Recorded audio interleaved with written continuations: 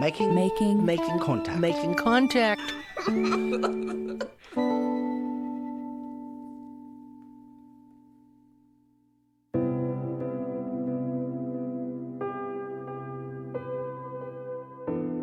Today on Making Contact, we're marking the anniversary of the overturning of Roe v. Wade by revisiting a conversation with Dr. Alexis Pauline Gumbs. We talked last year right after the Supreme Court decision, and she told me about the history of the reproductive justice movement.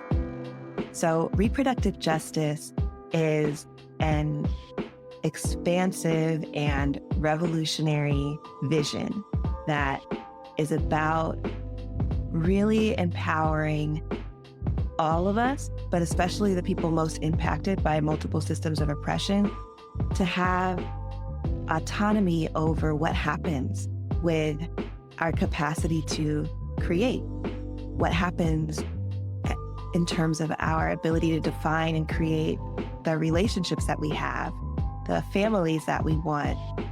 Plus, we get the inside scoop on what it was like for Dr. Gumbs, who was a teenager while the movement was forming all around her. When I was a teenage writer growing up in Atlanta, I went to Mother House, to the basement, to lead a writing workshop. That was actually the first time that as a writer, facilitator, I ever was paid. This is Making Contact.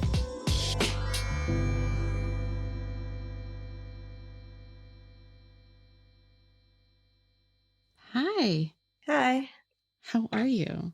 I'm well. Yeah, I'm having a really good day so far. Excellent. Over in Durham, North Carolina, right? That's right. What about you? I was thinking, like, I know she's going to ask me that question, and like, what do I say? Considering everything, and also this week my son had pneumonia. Oh no! So we've been dealing with like 17-month-old baby fevers and ER trips in the last week, so it's been a little nuts. No, that's not fun. But he's better today, and that makes it good. I'm glad to hear that. Thanks. I'm so excited to talk to you today. Totally fangirling over here. And I'm going to go ahead and read this bio that I sort of like pieced together, because there's so much incredible, amazing stuff that you do, work that you do, that I wanted to highlight some things. Sure. But I mean, there's just no way to get to all of it. Like, it's so incredible. So I hope you like this bio that I put together. Alexis Pauline Gumbs is a queer, Black troublemaker and Black feminist love evangelist and an aspirational cousin to all sentient beings. Founder or the co-founder of several community organizations focused on everything from ending gendered violence to land trusts to healing work and all things media. She's a writer with work published in several outlets, 5 books already born, and 1 in gestation, called The Eternal Life of Audre Lorde. She's a winner of many awards, including the Barnard College Outstanding Young Alumna Award, a Whitting Award in nonfiction for her most recent book, Undrowned: Black Feminist Lessons from Marine Mammals, and many, many others. I'm not done. Alexis is a teacher, making access to regular folks a priority. She founded Brilliance Remastered, an online network and series of retreats and online intensives serving community accountable intellectuals and artists. I have to ask, does this mean our listeners? Yes. Okay, great. So folks can go and get lessons from you via your website. So it's very exciting. It seems that the uniting theme of all of her work is a passion for the issues that impact oppressed communities and an intimate knowledge of the resilience of movements led by Black, Indigenous, working class women, and queer people of color. What do you think? That's right. Does that sound about right? Yeah. Is there anything I missed? Anything you wanted to add? No, I mean, I'm sure we'll talk about things, but I like that bio. Thank you. Okay, great.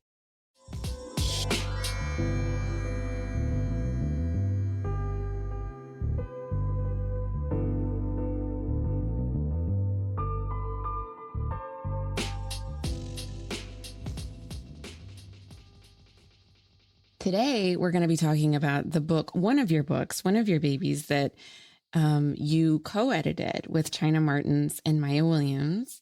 This book is really very truly dear to me. Like, it's my friend. Mhm.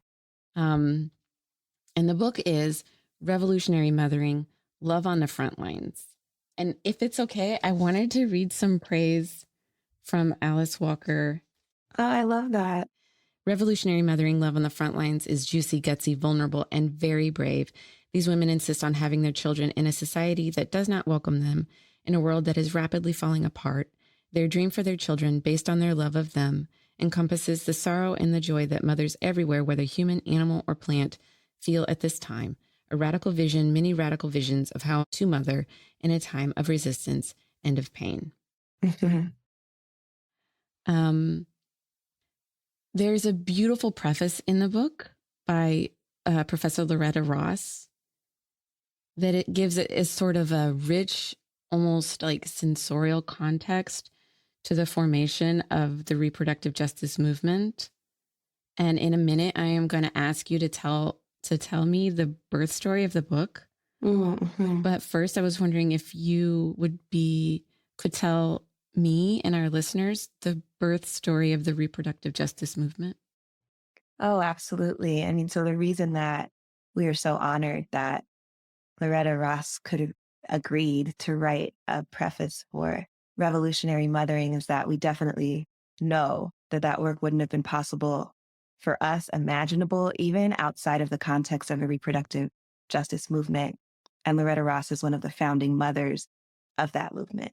So reproductive justice is an expansive and revolutionary vision that is about really empowering all of us, but especially the people most impacted by multiple systems of oppression, to have autonomy over what happens with our capacity to create, what happens in terms of our ability to define and create the relationships that we have, the families that we want, the destinies that we want for our own bodies.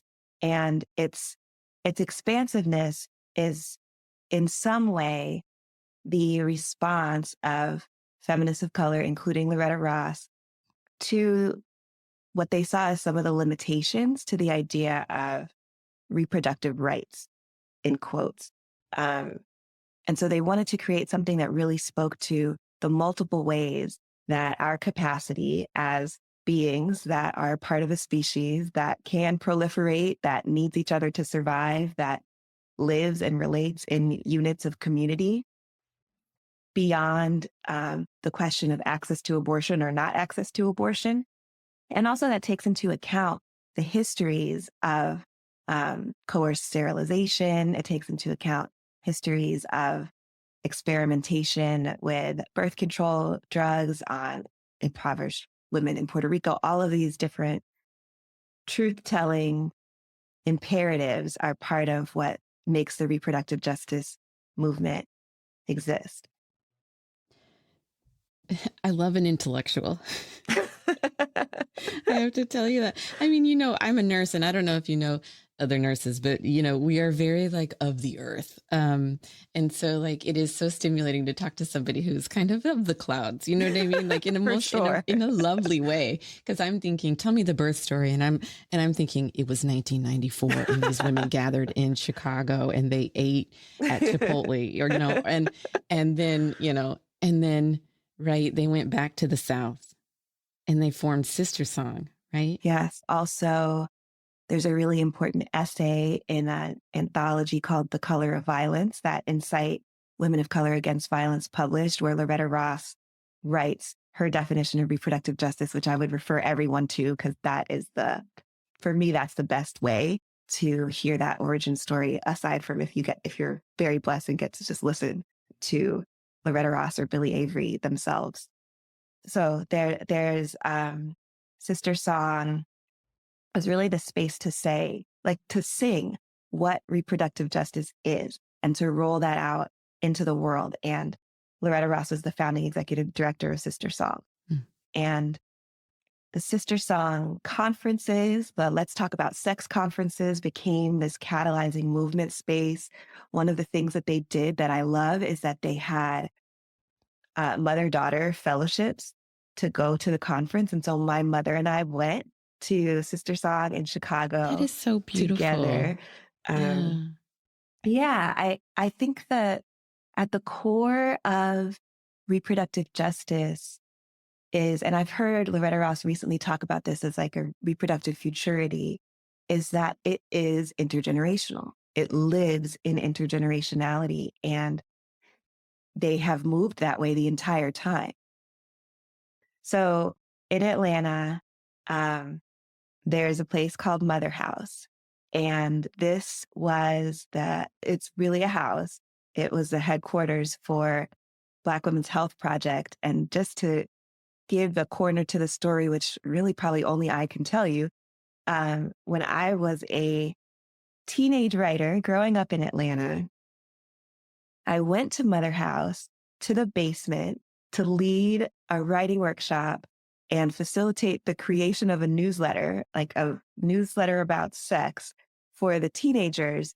And actually, I was a teenager. They were like children um, who were part of the summer program that Black Women's Health Project had as part of its initiative for there to be intergenerational conversations about sex and profoundly comprehensive sex education. And so that was actually the first time that as a writer facilitator, I ever was paid to facilitate a writing workshop, um, which to me keys into this idea of reproductive justice movement generating our creativity in all these multiple ways, right? And then the children, who many of them were children of these same reproductive justice movement workers, just were having these incredible conversations about sexuality and gender and fluidity and justice and autonomy and consent, like all of these things.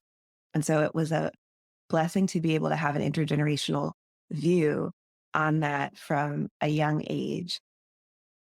It's so cool that you had such a front row seat. Yeah.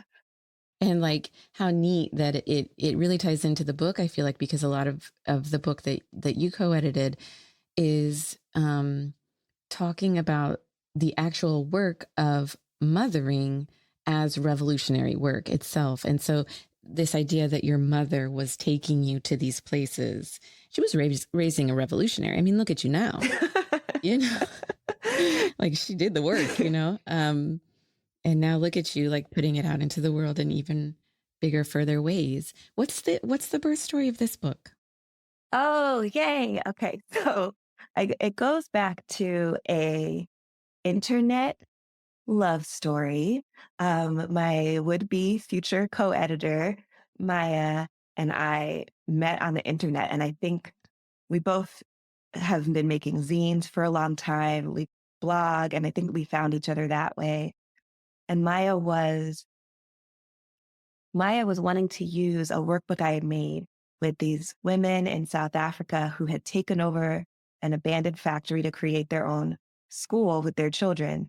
And I was like, what? Who is this person? You know, I was like, this is what you do?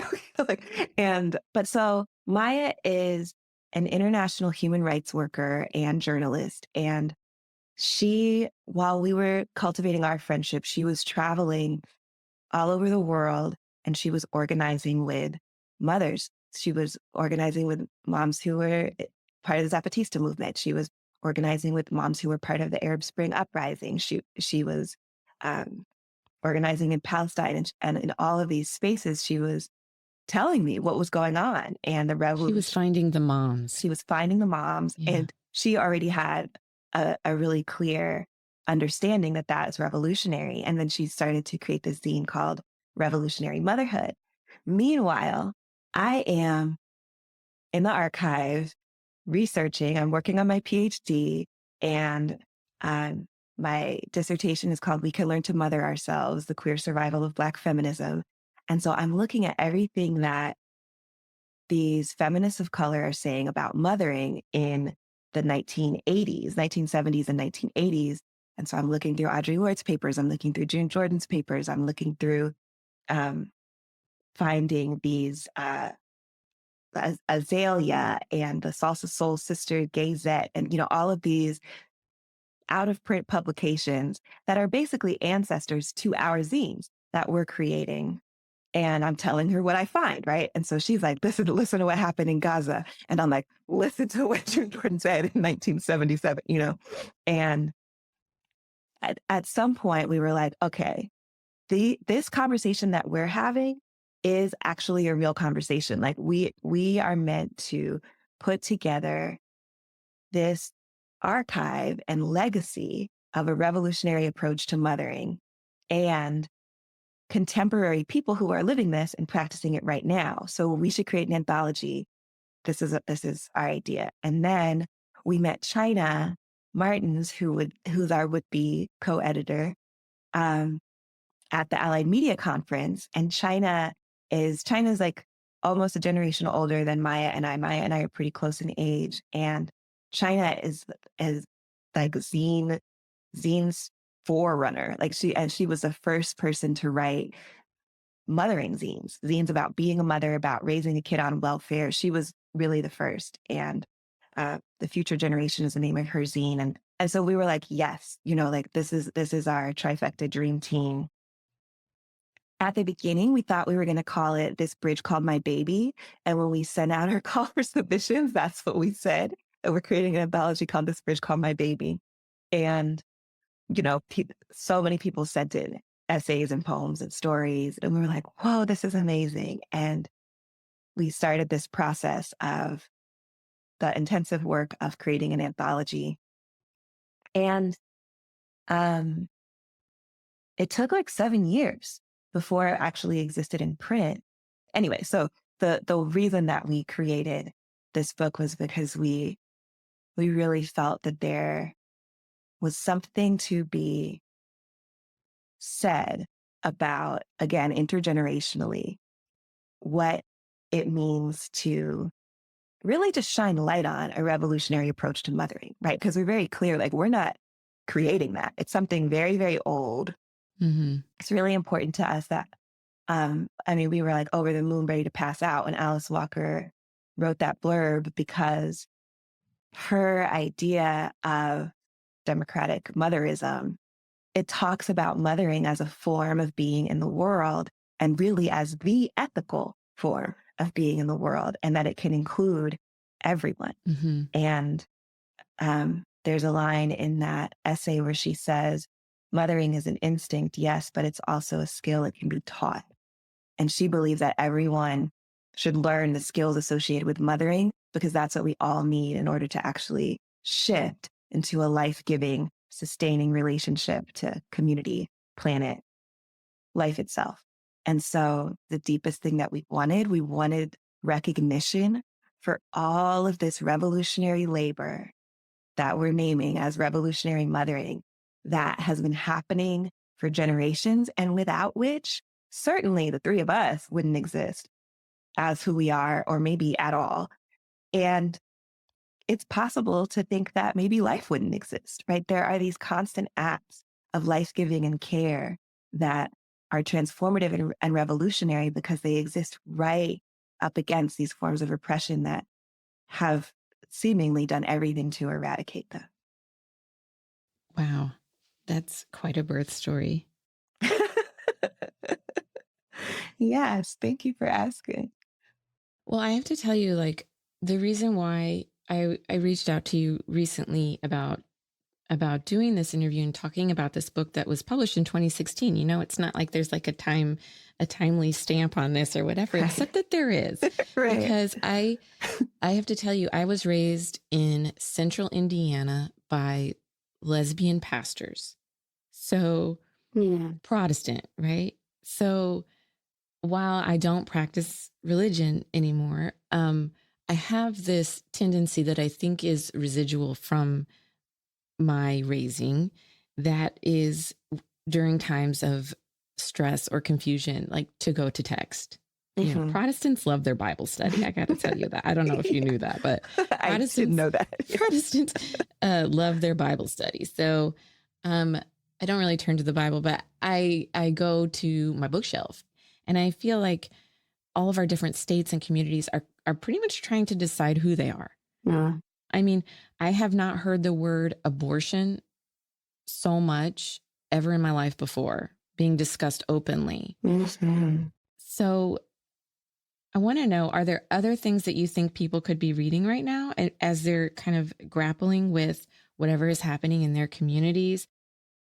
Ooh, oh, what a great question.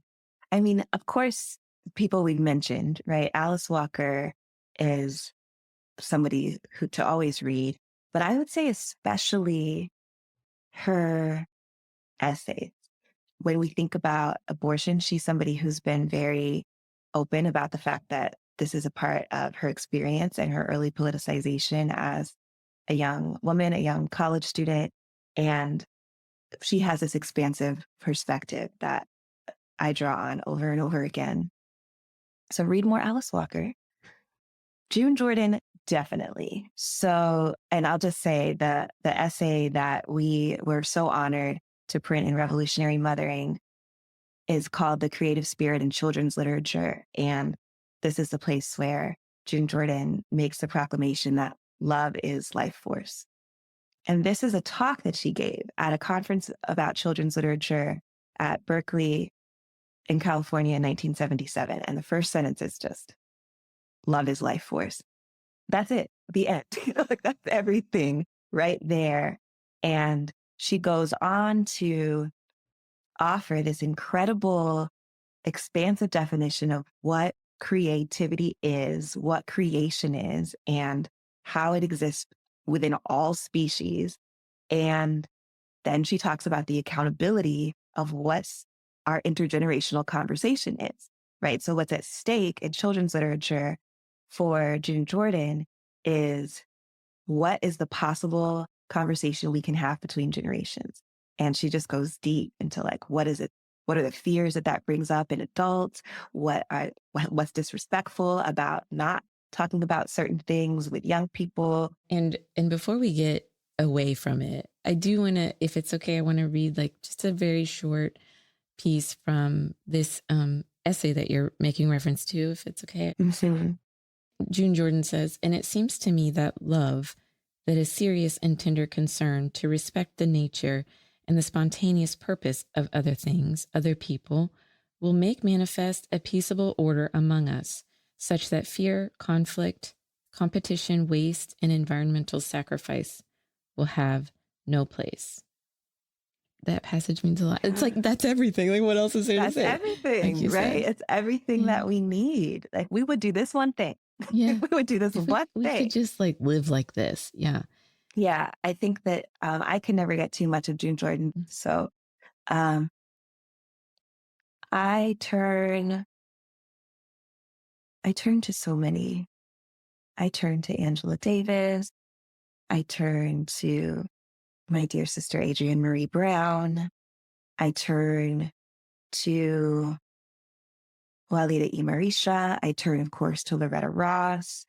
Um, so I'm a creative writing editor at the journal Feminist Studies, and there's a resource on the Feminist Studies website that, in response to the Supreme Court decision, that we decided to create, and it kind of chronicles because this is an issue that is in the journal all the time. But it chronicles an archive going back, it's 50 years that this journal has existed. Um, you can look at that to give kind of a long view of how feminist thinkers have been writing about this over time. Um, there's so much reading to do.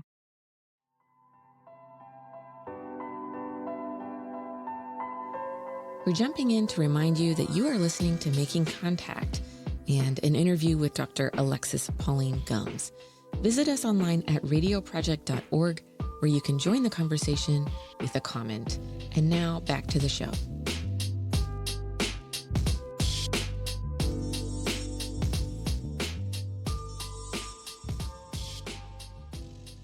We've talked about reading. We've talked about holding workshops. Is there anything else that you're doing to find hope right now, or kind of manage yourself and your community?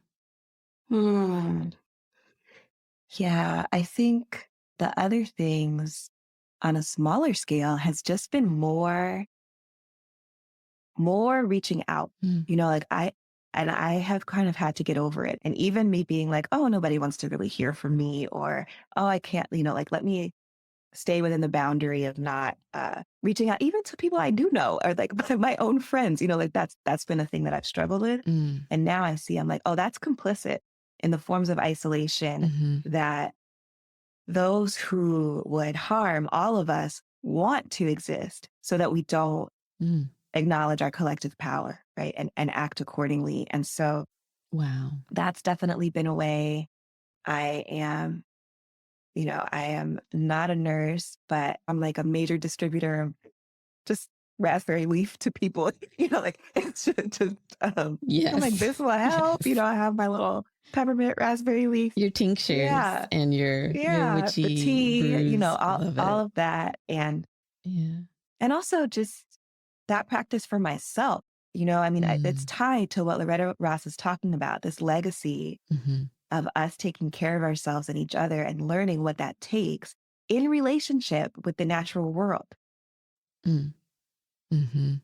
Taking care of yourself is revolution. Taking care of your children is revolution. As a mom of human babies, it doesn't always feel that way because it is work that is unseen and unappreciated by capitalism completely. And so it, you know, to all you moms out there, keep your head up like you're doing it. Yes. And to all the people who are doing mothering work that isn't to human babies, it's important work too. Absolutely. Absolutely. And I think that's one of the things that our dream for revolutionary mothering includes. It's to say that the exact isolation that you're talking about, where capitalism pretends to not value the labor of mothering, but it needs it. It needs it. It at requires the same time. It, doesn't it? Right. Doesn't it? That is what we want to shine a light on. All of those acts of care, the disgusting, you know, someone's spitting up on you, you know, all those things are happening. Those have such revolutionary potential.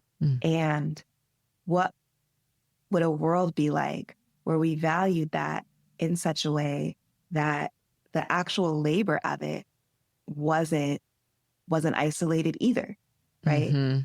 And that is, in fact, dangerous to capitalism. It's certainly dangerous to any system that would want to disempower anyone, but particularly disempower women, because, there's too much love. There's too much love and creativity. And when we collaborate on it, that's some powerful stuff. That's it. Love is life force. Yeah. I love that. Yeah. All right. Well, yes. So thank you so much for having me. It's great to meet you. And I also just want to honor what you're doing, how you're using this platform, how you're using your own perspective and expertise to create this really supportive and transformative space. I'm grateful for you. Wow. Thank you for saying that. I'm grateful for you. You have a wonderful day. You too. Bye-bye. Bye. And that's it for Making Contact today. I've been your host, Amy Gastelum. If you've enjoyed this episode, please review us on Apple Podcasts and share it on social media. On Instagram, we are Making Contact Radio Project. On Twitter, we are Making_Contact. To learn more about us and to access other episodes for free, you can visit us at radioproject.org. Until next week.